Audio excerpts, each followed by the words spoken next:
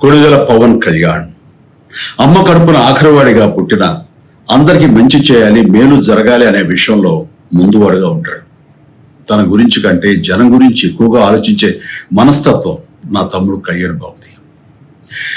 ఎవరైనా అధికారంలోకి వచ్చాక ప్రజలకు ఏదైనా చేయాలనుకుంటారు. కానీ కళ్యాణ్ తన సొంత సంపాదనని కౌలు రైతులు కన్నీళ్లు తుడిచేందుకు ఖర్చు పెట్టడం, సరిహద్దు దగ్గర ప్రాణాలొడ్డి పోరాడే జవాన్ కోసం పెద్ద మొత్తం అందివ్వటం, అలాగే మత్స్యకారులు ఇంకా ఎందుకో తాను చేసిన సహాయం చూస్తుంటే ఇలాంటి నాయకుడు కదా జనానికి కావాల్సింది అనిపిస్తుంది. ఒక రకంగా చెప్పాలంటే సినిమాలోకి తను బలవంతంగా వచ్చాడు, రాజకీయాల్లో మాత్రం ఇష్టంతోనే వచ్చాడు. ఏ తల్లికైనా తన కొడుకు కష్టపడుతుంటే గుండె తరుక్కుపోతుంది. అలాగే ఏ అన్నకైనా తన తమ్ముడు అనవసరంగా మాటలు పడుతుంటే బాధ వేస్తుంది. అలా బాధపడుతున్న నా తల్లికి ఈ అన్నయ్యగా ఒక మాట చెప్పాను. నీ కొడుకు ఎంతో మంది తల్లుల కోసం, వాళ్ళ బిడ్డల భవిష్యత్తు కోసం చేసే యుద్ధం అమ్మా ఇది. మన బాధ కంటే అది ఎంతో గొప్పది అన్నాను. అన్యాయాన్ని ఎదిరించకుండా మౌనంగా ఉండే మంచివాళ్ళ వల్లనే ప్రజాస్వామ్యం మరింత నష్టం అని నమ్మి జనం కోసం జన సైనికుడు అయ్యాడు. తాను బలంగా నమ్మిన సిద్ధాంతం కోసం తన జీవితం రాజకీయాల్లోకి అంకితం చేసిన శక్తిశాలి పవన్ కళ్యాణ్. ప్రజల కోసం, రాష్ట్ర భవిష్యత్తు కోసం ఆ శక్తిని వినియోగించాలి అంటే చట్టసభలో అతని గొంతు మనం వినాలి.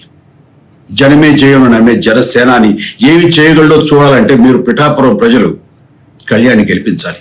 మీకు సేవకుడుగా, సైనికుడుగా అండగా నిలబడతాడు. మీకోసం ఏమైనా సరే కలబడతాడు, మీ కళ నిజం చేస్తాడు. పిఠాపురం వాస్తవ్యులకు మీ చిరంజీవి విన్నపం, గాజు గ్లాసు గుర్తుకి మీ ఓటు వేసి పవన్ కళ్యాణ్ని గెలిపించండి. జై హింద్. అందరికీ నమస్కారం. నేను సునీత లక్కమరాజు. చిరంజీవి గారు సీఎం రమేష్ గారికి, పెందుర్తి రమేష్ గారికి మద్దతు ఇవ్వటం అనేది నిన్న మనందరం చూసాం. చిరంజీవి గారు డెఫినెట్గా ఆయన అందరి ఆదరణ ఉన్నటువంటి ఒక సినిమా హీరో అనేది అది అందరికీ తెలిసినటువంటి సత్యం. అయితే చిరంజీవి గారు వారికి మద్దతు ఇవ్వటం అంటే కూటమికి మద్దతు ఇస్తున్నాను, కూటమి అభ్యర్థుల్ని గెలిపించండి అని చెప్పి చెప్పారు ఆయన. అంటే కూటమి అంటే ఇప్పుడు టీడీపీ, జనసేన, బీజేపీ కలిపిన కూటమి కదా అది. మరి దానికి కాంగ్రెస్ లో ఉన్నటువంటి చిరంజీవి గారు ఎలా మద్దతు ఇస్తారు, ఎలా వీరిని గెలిపించమని చెప్తారు? మరి ఆయన ఇప్పటి వరకు కాంగ్రెస్ పార్టీలో తన పార్టీని విలీనం చేశారు, కానీ ప్రజారాజ్యాన్ని కాంగ్రెస్ పార్టీకి రాజీనామా చేసినట్టు ఎక్కడా చెప్పలేదే ఇప్పటి వరకు. మరి కాంగ్రెస్ పార్టీలో ఉంటూ బీజేపీకి మద్దతు ఇస్తున్నానని చెప్పడం కానీ, వారిని గెలిపించండి అని చెప్పడం కానీ ఎంతవరకు సమంజసం? ఈ విషయం చిరంజీవి గారు ఆలోచించుకోవాలి. సినిమా ఇండస్ట్రీకి జరిగే ఎలక్షన్స్ ఉంటాయి కదండి, మా ఎలక్షన్స్.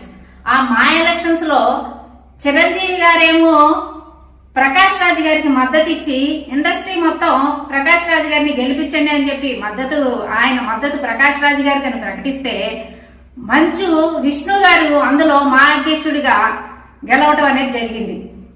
మరి సినిమా ఇండస్ట్రీ పెద్ద అయినటువంటి చిరంజీవి గారి మాట మరి ఇండస్ట్రీలో వాళ్ళందరూ ఆయన ప్రతిపాదించిన అభ్యర్థికి ఎందుకు ఓట్లేసి అధ్యక్షుడిని చేయలేదండి?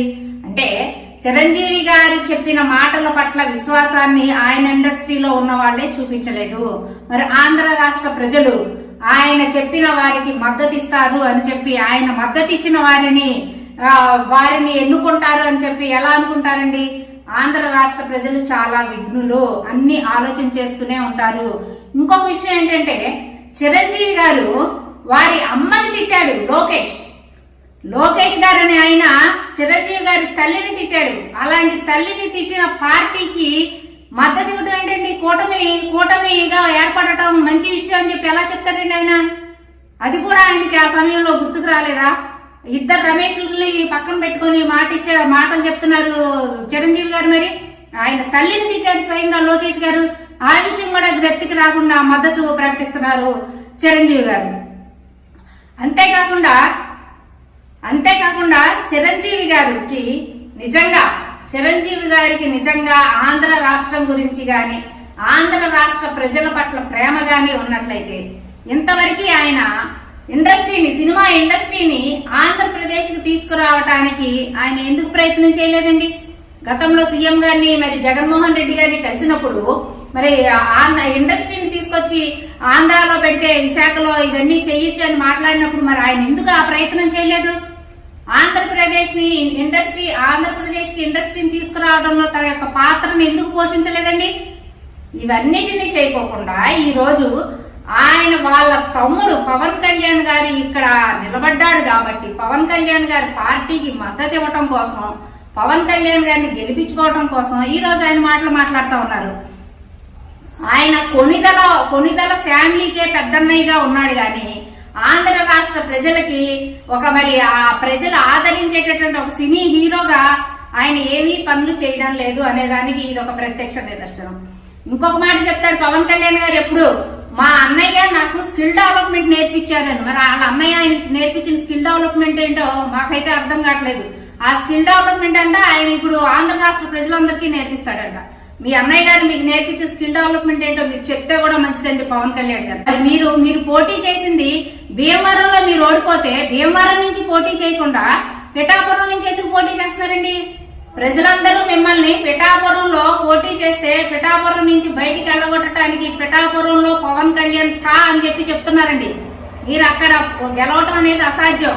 మీరు చిరంజీవి గారితో చెప్పించుకోండి, ఇంకొకరితో చెప్పించుకోండి. మొన్న ఒకళ్ళు మాట్లాడుతూ అడిగితే చిరంజీవి గారి ప్రచారానికి వచ్చినా కూడా పవన్ కళ్యాణ్ గారు గెలవలేరు అని చెప్తే ఇప్పుడు చిరంజీవి గారిని తీసుకొచ్చారు. రేపొద్దున ఆ చిరంజీవి గారి బిడ్డను కూడా తీసుకొని వచ్చి ఇక్కడ ప్రచారం చేసే పనిలో మీరు ఉన్నారు అని చెప్పి కూడా అని అనుకుంటున్నారు.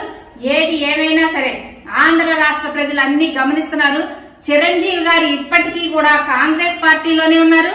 కాంగ్రెస్ పార్టీలో ఉంటూ మరి బీజేపీ అలయన్స్ అయిన కూటమికి ఎలా మద్దతు ఇస్తారు అనేది మరి ఆలోచించుకోవాలా. ప్రజలందరూ కూడా ఇది ఆలోచించి అయినా సరే చిరంజీవి గారు చెప్పే మాటల పట్ల ఆంధ్ర రాష్ట్ర ప్రజలు విశ్వాసంతో లేరు.